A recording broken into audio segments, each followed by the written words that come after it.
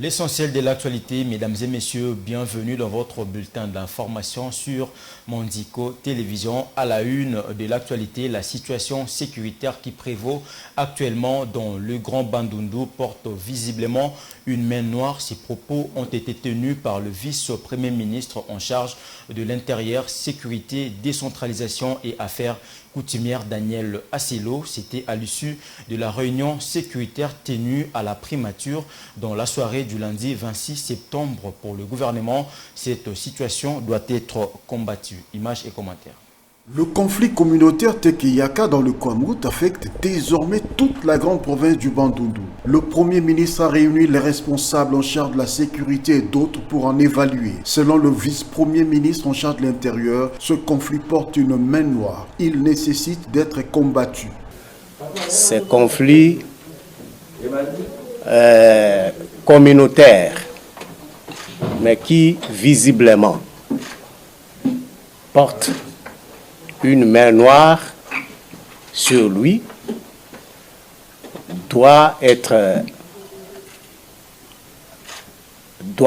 combattu par l'ensemble de notre peuple et par les services de sécurité des renseignements plus particulièrement. Un autre constat malheureux a été fait. Certains insurgés continuent à commettre des actes ignobles, a reconnu le gouvernement congolais. Il y a l'armée, il y a la police qui sont mises en œuvre au jour d'aujourd'hui dans la province de Mai-Ndombe, plus particulièrement dans le territoire de Kwamut et sur la route nationale numéro 17, où les insurgés se retrouvent encore dans des forêts, dans des savanes, en train de continuer à commettre des actes ignobles, parce que ce sont des actes qui amènent même à la mort. Le gouvernement parle des infiltrés qui doivent être dénoncés. À cela, un appel a été lancé à la population d'aider l'État à mettre la main sur ces hors-la-loi. Ainsi, nous encourageons notre peuple à se lever et à participer activement en ce qu'il doit dénoncer ces infiltrés et ces inciviques congolais qui se permettent de commettre des actes de déstabilisation de notre pays jusqu'à ce jour. Cette réunion a connu la participation du vice-premier ministre en charge de l'Intérieur, du ministre de la Défense, celui des Affaires sociales, du gouverneur de la ville de Kinshasa et des responsables de l'armée et de la police. Poursuivons ce bulletin d'information avec une brève après la tension qui a émaillé la journée du lundi 26 septembre. Les activités socio-économiques ont repris ce mardi de la plus belle de manière à Goma, chef-lieu de la province du Nord Kivu. Nous y reviendrons avec force et détails dans nos prochaines éditions. À présent, je vous propose de suivre la réaction de Hervé Amani, cadre du mouvement citoyen Filimbi, qui a réagi par rapport à la levée du couvre-feu dans la ville de Goma. Et la population de Goma a accueilli avec soulagement la levée de la mesure du couvre-feu. C'est une mesure qui facilitait la tracasserie et de la population par les services de sécurité affectés au biais et commis à la patrouille de la ville. Donc pour nous c'est un soulagement et de la part que la population sera en train de bénéficier de sa liberté, sera en train de jouir d'une liberté auquel elle est censée bénéficier.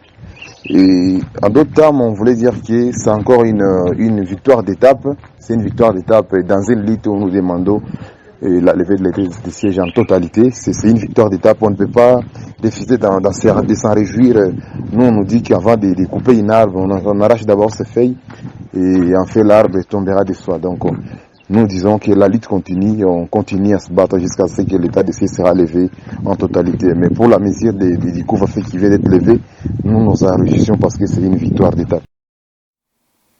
Revenons à Kinshasa, les commissaires divisionnaires adjoints de la police ville de Kinshasa poursuit sa tournée dans les districts de la capitale après Moamba. Silvano Kasongo était à la Tchangou le lundi 26 septembre. Le commissaire provincial de la police ville de Kinshasa y est allé pour rassurer la population quinoise de son intention de mettre fin au phénomène Kulna. Images et commentaires. Face à la résurgence du banditisme urbain dit Kuluna, les commissaires provinciaux de la police ville de Kinshasa passent à la vitesse supérieure. Silvano Kasongo et ses éléments étaient à la Tchangou, précisément dans la municipalité de Kimbanteke. Ici, les rues étaient bondées de monde pour accueillir celui qu'ils appellent affectueusement Papa.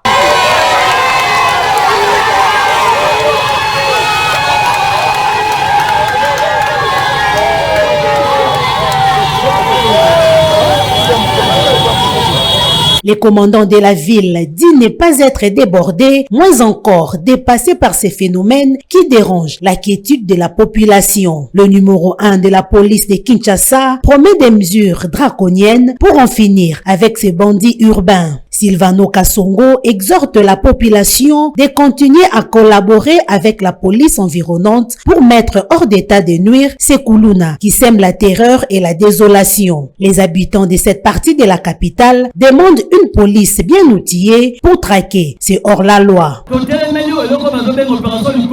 Nous ne voulons pas l'opération Likofi parce que nous, la population, le chef de l'État, même le général Kasongo, n'avons pas besoin de voir les sangs des compatriotes couler. Nous demandons une chose, que la police soit dotée des matériels possibles pour combattre ces phénomènes, par exemple les véhicules, même des motos. Nos policiers sont compétents, mais il manque l'outillage approprié. Mon général, vos policiers servent parfois d'éclaireurs à ces Kuluna. Voilà pourquoi plusieurs opérations échouent. Que ces gens de policiers partent à Kitona pour une bonne formation. Ça sera vraiment une très bonne chose.